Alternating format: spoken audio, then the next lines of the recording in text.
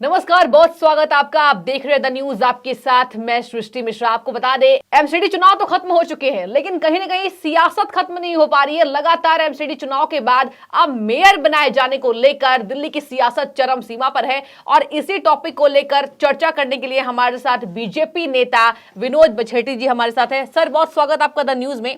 Sir, मैं सबसे पहला क्वेश्चन आपसे ये पूछना चाहूंगी, पार्षदों की खरीद फरोख्त को लेकर जिस तरीके से बीजेपी ने आम आदमी पार्टी को बेनकाब किया है, पूरा विस्तार जरा हमारे दर्शकों को बताइए। क्योंकि आम आदमी पार्टी कह रही है कि हम जीत गए हैं, बीजेपी इससे बौखला गई है। और एक तरफ आज जिस तरीके से हमने दिखाया कि किस तरीके से चंदौलिया जी आते हैं और कहते हैं कि एलिगेशन तो लगाती है, लेकिन आने वाले वक्त में आम आदमी पार्टी का चेहरा बेनकाब हो जाएगा, जनता समझ जाएगी। सर, क्या टिप्पणी आपकी?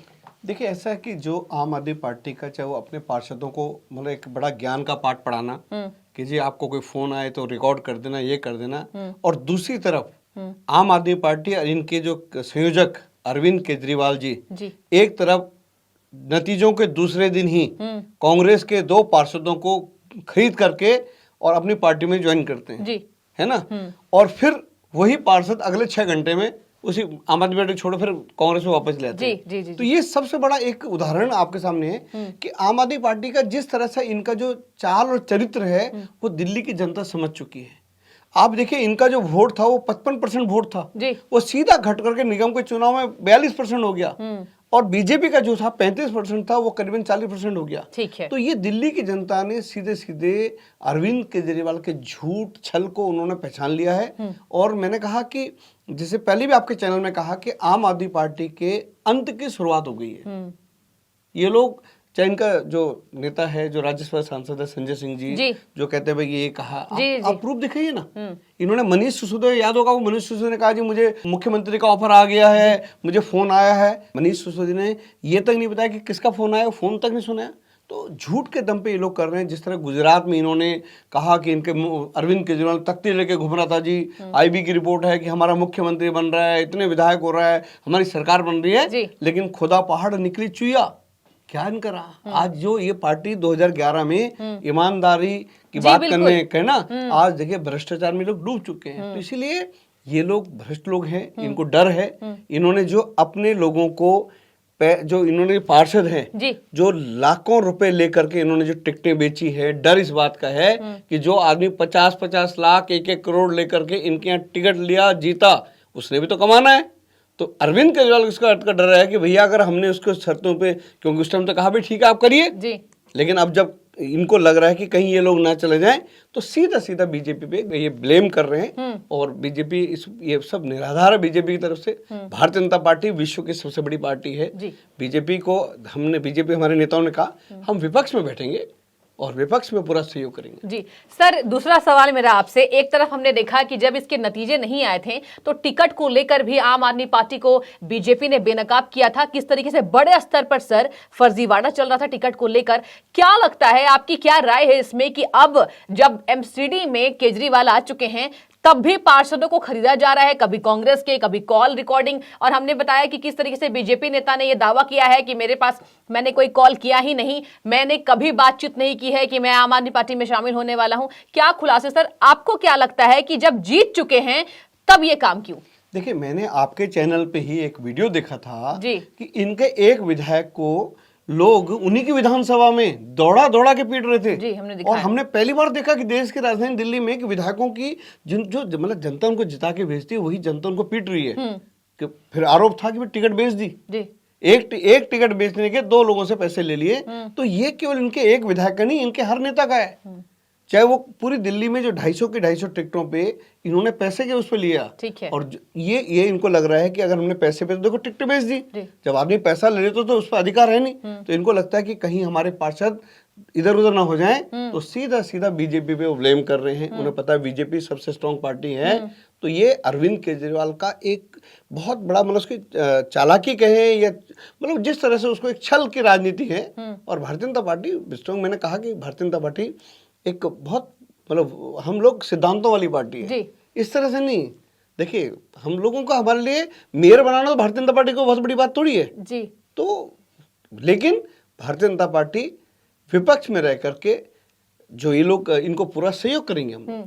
लेकिन साफ तौर पर आपका ये कहना है कि मेयर को लेकर कहीं ना कहीं बीजेपी उतनी चिंतित नहीं है, नहीं। ज्यादा चिंतित जो है वो आम आदमी पार्टी है। अच्छा सर, इस पर क्या कहेंगे? संजय सिंह लगातार आरोप लगा रहे हैं, आरोपों का दौर कहीं ना कहीं चल पड़ा है। वो कह रहे हैं कि जीतने के बाद भी हमारी 134 सीटें आई है, बीजेपी की कम आई है, बीजेपी इस बात को जो है वो स्वीकार नहीं कर पा रही है और बीजेपी आने वाले समय कहीं ना कहीं बीजेपी नहीं दिखाई देगी। देखिए, ये बात तो संजय सिंह जी को और अरविंद केजरीवाल को सोचना चाहिए जी। कि जिस दिल्ली की जनता ने उनको इतना मान सम्मान दिया, 55% वोट इनको मिलता था विधानसभा चुनाव में, और वो वोट का प्रतिशत गिरते गिरते 42% हो गया। जिस बीजेपी को 35%, भाजपा को 35 मिलता था, वो करीबन 40 हो गया।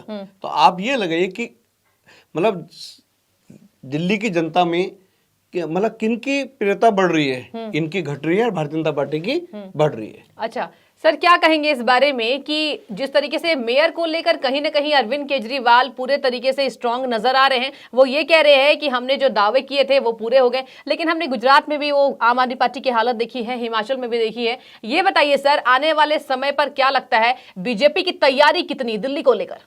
देखिए 2024 में अभी जो लोकसभा चुनाव होंगे, भारतीय जनता पार्टी पूरी मजबूती से है। हमारे दिल्ली में 7 सांसद है और हम लोग दोबारा 7 के साथ सांसद हमारे जीतेंगे और दोबारा मतलब तीसरी बार देश के यशस्वी प्रधानमंत्री मोदी जी तीसरी बार देश के प्रधानमंत्री बनेंगे। तो भारतीय जनता पार्टी के लोकसभा चुनाव और 2025 में जो विधानसभा चुनाव है उसकी दृष्टि से हम लोग काम कर रहे हैं। आने वाले समय पर कहीं ना कहीं बीजेपी की तैयारी पूरी है। आखिरी सवाल आपसे कुछ शब्दों में बयां कीजिए, क्या लगता है? संजय सिंह ने यह भी कहा है कि बीजेपी की आदत रही है, उन्होंने कल मीडिया से बातचीत में कहा है कि बीजेपी की आदत है ये, जब बीजेपी हार चुकी है एमसीडी में तो कहीं ना कहीं उन्होंने ये दावा किया है कि मेयर को लेकर बीजेपी पूरी दमखम झोंकेगी, क्योंकि सब जानते हैं कि बीजेपी अपने शक्ति का प्रदर्शन करती है। इस पर क्या कॉमेंट सर आपका? देखिए, एक्चुअली ये लोग क्या है कि ये लोग ऐसी अफवाहें फैलाते हैं, झूठ फैलाना इनके पार्टी का, इनका ये लोग इनके नेता, इनके जो दिल्ली के मुख्यमंत्री दिन में 100 बार झूठ बोलते हैं ये लोग हैं, और 100 झूठ कह के लोगों को गुमराह करना इनको अपने पार्षदों पे विश्वास नहीं है। इनको ये विश्वास नहीं कि हमारे पार्षद क्यों नहीं हो। तो बार बार एक भय पैदा करना मीडिया में, लोगों में, कि जो हमारे लोगों को बहकला जाए। आप वीडियो बताइए, आप सीडी बताइए, आप वॉइस रिकॉर्ड दीजिए कि किस पार्षद से बात की। आम आदमी पार्टी के कुछ पार्षदों ने हमारे पार्षदों से, हमने जो अभी कंप्लेंट करी उसमें हमारे पार्षदों से बात की इन्होंने। सर क्या आप विस्तार से बता सकते हैं? हमारे देखिए मोनिका पंजी हमारे यहाँ पूर्वी दिल्ली से हमारी पार्षद है, उनको इनका फोन आया, इनके कार्यकर्ता का फोन आया कि आप आइए। उनको कहा कि हम आपको इतना ऑफर कर रहे हैं, उन्होंने कंप्लेंट करी। हमारे प्रदेश अध्यक्ष प्रदेश की टीम के साथ में वो ऑलरेडी कंप्लेंट करके आए हैं। तो डर भाजपा को नहीं है, डर आम आदमी पार्टी को है। डर इस बात का है, इनका जो अपनी चोरियां इनकी पकड़ी जा रही है, जो इन्होंने टिकटें बेची हैं, उन टिकटों को इनको लगता है कि भाई पैसे देके तो हमने टिकटें बेची हैं, तो वो तो जो पार्षद जो पैसे देके आए हैं वो तो लूट खसोट करेंगे। तो कहीं ना कहीं केजरीवाल को ये डर लगता है कि बार बार एक ऐसा वातावरण बना के बार बार बना करके एक भय पैदा करना अपने पार्षदों में। और लेकिन मुझे लगता है कि जिस तरह से इनका जनाधार गिर रहा है, ये लोग केजरीवाल जी और इनकी जो आम आदमी पार्टी को भी लगता है कि ज्यादा लंबा समय तक न दिल्ली की जनता हमें स्वीकार करेगी, ये जो पार्षद इनके जीते आए वो ज्यादा लंबे समय तक इनके साथ भी नहीं रहेंगे। इनके अंदर बहुत बड़ी बगावत इनके पास होने वाली है, क्योंकि मोटी रकम लेकर के इन्होंने कार्यकर्ताओं का शोषण किया है। ये लोग जिस तरह से इनके, आज देखिए इनका एक मंत्री तिहाड़ जेल में आज 5 महीने से ज्यादा हो गए। कितना बड़ा दुर्भाग्य की बात है। वो स्वास्थ्य मंत्री भी है, वो जेल मंत्री भी है और जेल में है।